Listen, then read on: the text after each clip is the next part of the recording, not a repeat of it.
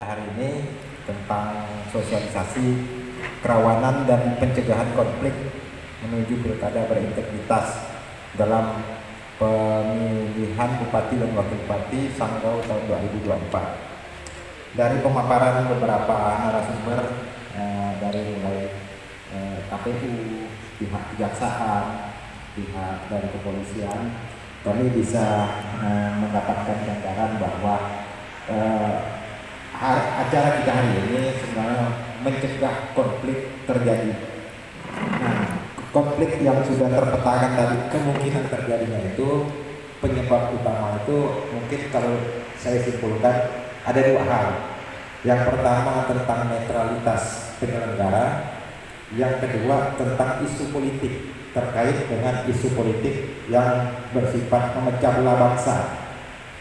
Nah, hari ini mungkin kita sudah mendengar sentilan-sentilan terkait dengan politik identitas tersebut.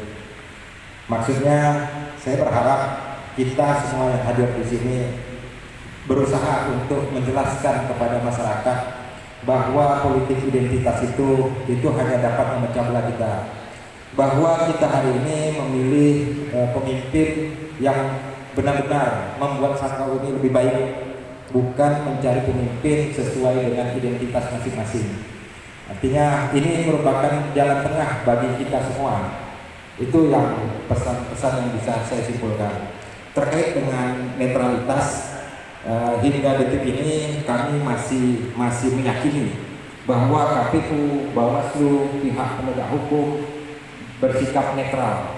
Karena pengalaman kita selama ini mulai dari pileg terakhir kita berlangsung secara kondusif dan kami mengapresiasi kepada penyelenggara maupun pengawas yang telah menyelenggarakan pemilu kemarin secara lebih kondusif tanpa ada PSU, tanpa ada pelanggaran. Dan kita berharap kejadian di 2018 kemarin tidak terulang kembali kepada kita hari ini, agar Sanggau bisa lebih damai, lebih tenang, lebih aman. Itu yang kami harapkan hari ini, dan kita berharap semoga sejak hari ini, kalau bisa setiap hari lah kita mengkampanyekan pilkada damai tanpa mengkampanyekan politik identitas masing-masing, karena kita semua bersaudara. Terima kasih. Wabillahi taufiq wal hidayah. Wassalamualaikum warahmatullahi wabarakatuh. Baik, terima kasih Pak. Gimana Pak Jo atau Pak Toto mau tanggapin atau tampung dulu? Satu lagi Bapak tangan. Mungkin dari ibu-ibu ya, dari bapaknya sudah. Dari ibu-ibu.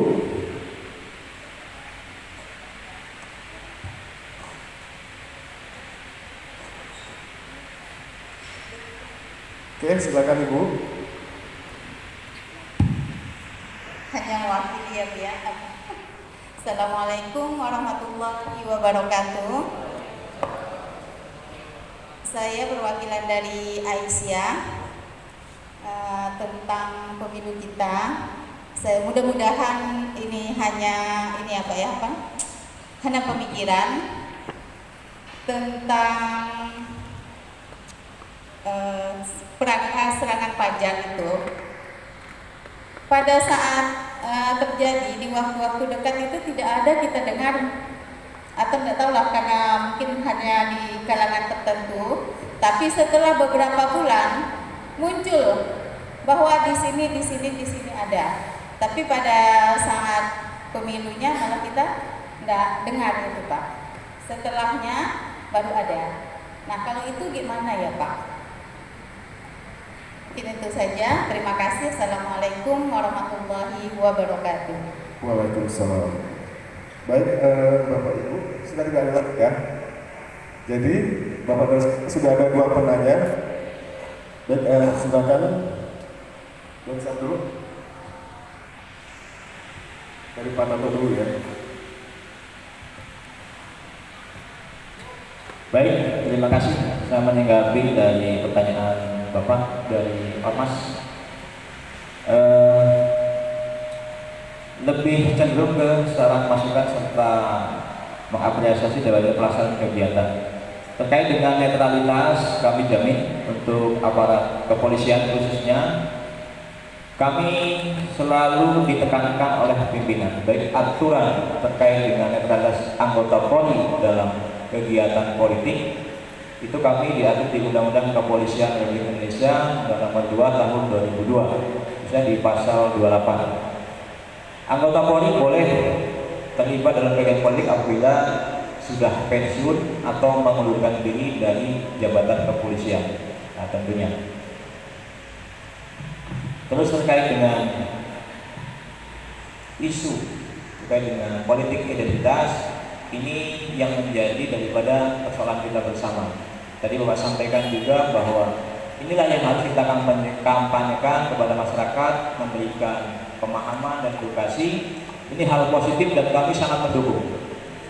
Beberapa waktu yang lalu, ormas-ormas seperti G3, terus kemarin juga ada kegiatan dari lintas etnis yang mendeklarasikan diri untuk pilkada damai. Nah, tentunya ini adalah salah satu langkah bahwa peran serta daripada elemen masyarakat, khususnya daripada organisasi kemasyarakatan, organisasi kepemudaan, terus elemen masyarakat di tingkat bawah, bahwa kesadaran berpolitik ini sudah cukup tinggi.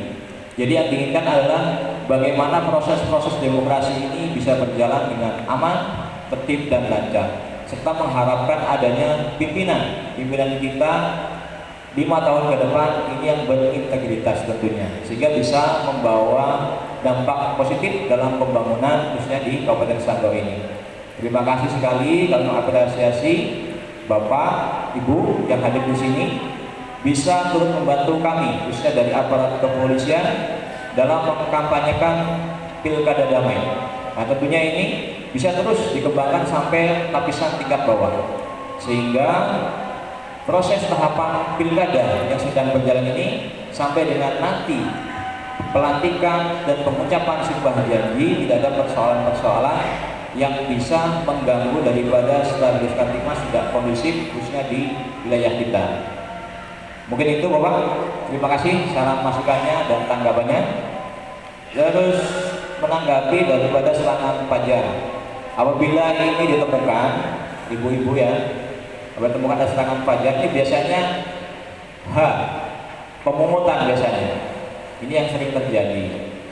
Tapi untuk bisa dibuktikan ini tentunya ada bukti-bukti pendukung, mungkin video atau foto siapa yang memberikan, siapa yang menerima. Jadi proses penyidikan di kita ini kalau terkait dengan pelanggaran ataupun tidak pidana pemilu ada sentra gakumdu. Di situ ada kepolisian, ada Bawaslu dan ada dari kejaksaan. Dengan adanya bukti itu akan dikaji, ada gelar perkara namanya. Apabila unsur ini memenuhi syarat, maka akan dilakukan proses penyidikan.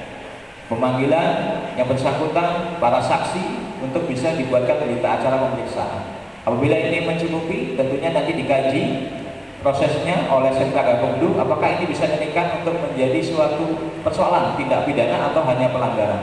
Nah itu Bu prosesnya. Tapi apabila hanya omong-omong dengar terus tidak ada bukti yang bisa menjadikan alat bukti sesuai dengan aturan undang-undang, tentunya tidak bisa kita sidik.